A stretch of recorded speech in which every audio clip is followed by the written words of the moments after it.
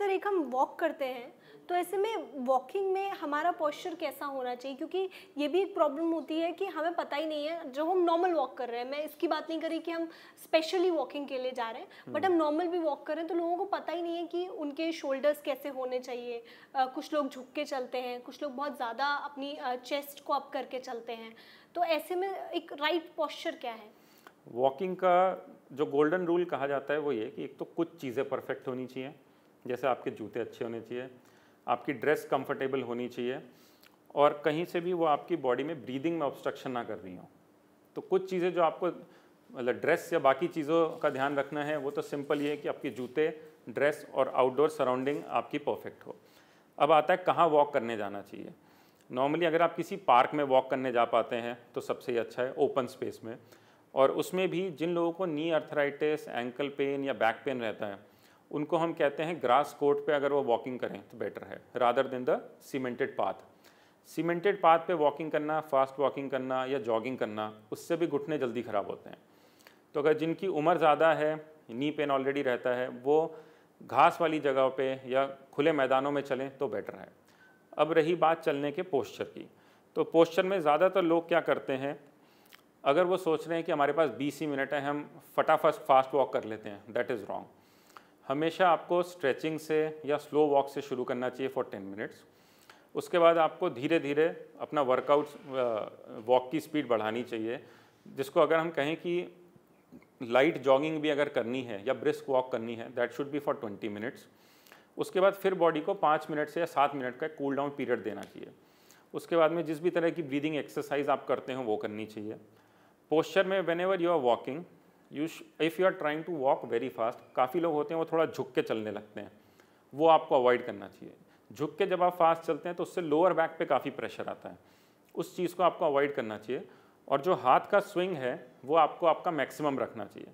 काफ़ी लोग हाथों को साइड में रखते हैं और फास्ट चलने की कोशिश करते हैं, that is wrong, that puts more pressure on this trunk area. तो हाथ का स्विंग जो है वो फ्री होना चाहिए। Neck should not be down, it should be straight forward या फ्रंट फेसिंग होनी चाहिए। हाथों का स्विंग अच्छा रहे, बॉडी का पोस्चर सीधा रहे, कंधे ब्रॉड रखने चाहिए, ओपन। और जो आपकी स्ट्राइड की लेंथ है, मतलब हर कदम की लेंथ, वो सिर्फ उतनी होनी चाहिए कि उसमें आपकी हैमस्ट्रिंग्स ना खींचें। काफ़ी लोग फास्ट चलने के चक्कर में हैमस्ट्रिंग इंजर कर लेते हैं और हमारे पास आते हैं, जिसके लिए फिर उनकी हमें 2 हफ्ते तक वॉक बंद भी करनी पड़ती है। सर एक वॉकिंग से याद आया कि हील्स हम पहनते हैं और ये आजकल नॉर्मल लाइफस्टाइल है और घंटों तक काम कर रहे हैं, तो ऐसे में हील पेन बहुत ज़्यादा देखने को मिलता है महिलाओं में। इवन ये भी देखा है कि पुरुषों में भी होता है ये हील पेन। तो सर इसका कॉज क्या होता है? हील, अगर हम जो जैसे फीमेल्स जो हील पहनती है अगर हम उसकी बात करें तो first of all it is never good for your heel और even for the lower back. जिन लोगों को लंबे टाइम तक खड़े होना है, अगर वो हील लंबी ऊंची हील पहन रहे हैं, खास तौर से फीमेल्स में, तो बैक पेन के या हील पेन के इंसिडेंस ज़्यादा हैं। तो अगर आपका प्रोफाइल इस तरह का है कि आपको सिर्फ हील थोड़े टाइम पहनना है फिर ऑफिस में बैठना है, then of course it is okay to wear heels. But if you have a standing job तो आपका हील जो है वो ज़्यादा ऊंचा नहीं होना चाहिए। मोर ओवर, अगर हम बैलेंस वाइज देखें तो पेंसिल हील जो रहती है उससे एंकल ट्विस्ट होने के या हील पे फोकल प्रेशर आने के चांसेस बहुत ज़्यादा हो जाते हैं। तो आपका हील ब्रॉड होना चाहिए, बहुत ऊंचा नहीं होना चाहिए। लेकिन जिन लोगों को ये, जैसे जो मेल्स हैं जो कि हील्स पहनते भी नहीं है उसके बाद भी अगर उनको हील पेन है, तो उसका एक बहुत कॉमन कारण होता है जिसको हम प्लांटर फेशियाइटिस कहते हैं। उसमें बेसिकली जो हील के अंदर का फेशिया होता है उस चीज़ में सूजन आ जाती है। जैसे अगर मैं अपने हील की बात करूं, सपोजिंग अगर ये मेरा पैर है तो उसका अगर ये हील है तो यहाँ पे एक पॉइंट होता है जहाँ पे कि पूरे पैर से एक स्लीव जैसी चीज़ आके अटैच होती है। तो वो जहाँ पे जिस पॉइंट पे अटैच होती है कभी कभी वहाँ सूजन आ जाती है। ये ज़्यादातर उन लोगों में होता है जो अच्छे जूते या अच्छे चप्पल ना पहन के घर में तेज़ चलते हैं या बाहर वॉक करने जाते हैं, स्लीपर्स में चले जाते हैं, या दौड़ने जाते हैं और उनके जूते अच्छे नहीं होते, या फिर अगर हार्ड सरफेस पे दौड़ने का कोई शौकीन हो तब भी अगर जूते अच्छे ना हो तो उससे भी इस तरह का प्लांटर फेशियाइटिस हो जाता है। तो प्लांटर फेशियाइटिस अपने आप में बेसिकली क्रोनिक ओवरयूज़ को दिखाता है कि चलने का पोस्चर ठीक नहीं है या दौड़ने का पोस्चर ठीक नहीं है या जो जूते पहन रहे हैं वो ठीक नहीं है। ख़ास तौर से कुछ लोग होते हैं जो घर में चप्पल पहनना अवॉइड करते हैं, उन लोगों में भी प्लांटर फेशियाइटिस या हील पेन जो है वो ज़्यादा कॉमनली देखा जाता है। सर इससे ये भी याद आता है कि जिस तरीके से आपने कहा कि कुछ लोगों के फ्लैट भी हो जाता है, जो नीचे का पोर्शन है लेग का, वो फुट का सॉरी, वो पूरा फ्लैट हो जाता है। ऐसे में उससे कैसे बचा जाए? क्योंकि बहुत से लोग ऐसे होते हैं कि वो बोलते हैं कि हम हील तो नहीं पहनते, लेकिन उनके जो स्लिपर्स हैं या जो फ्लैट्स हैं वो एकदम फ्लैट होते हैं। जैसे अगर हम किसी नॉर्मल पर्सन का फुट देखें, तो अगर ये फुट है तो बीच में से ऐसे थोड़ा सा उठा होता है, आर्च होती है। ये कुछ लोगों की बचपन से ही नहीं बनी होती। तो उन लोगों में जो फ्लैट फुट है उसका कारण तो ये है कि डेवलपमेंटल एक डिफेक्ट है। बट कुछ लोगों में ऐसा भी होता है कि हम एक एज के बाद देखते हैं कि फुट धीरे धीरे एज के साथ फ्लैट हो गया है, which leads to more of foot pain या हील पेन।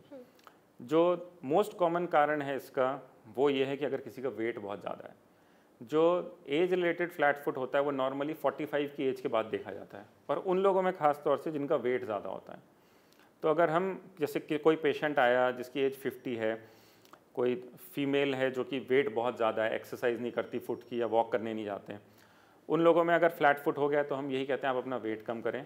फुट की कुछ एक्सरसाइजेज होती हैं जो हम सिखाते हैं उनको, हम उनको कहते हैं आप फुटवेयर वो पहनिए जिसमें कि कुशन ज़्यादा हो।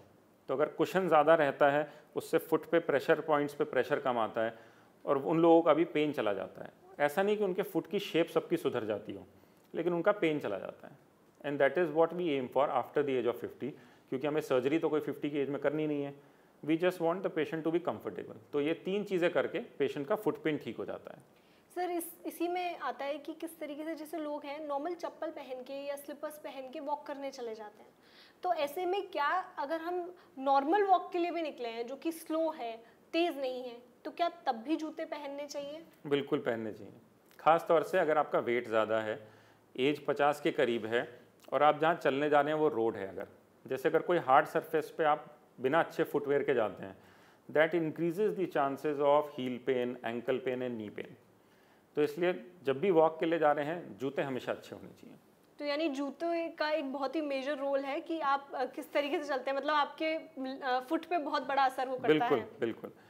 इसलिए अगर आपका शू अच्छा नहीं है तो काफ़ी पेशेंट्स ऐसे हैं जो क्रोनिक हील पेन या फुट पेन से परेशान है, हम उनको सिर्फ यही कहते हैं आप अच्छे जूते पहन के वॉक करने जाइए। और उसमें से 90% ऐसे होते हैं जो 4 हफ्ते बाद ही आके कहते हैं हमें किसी दवाई की ज़रूरत नहीं है, यानी वो ऑटोमेटिकली ठीक हो जाता है।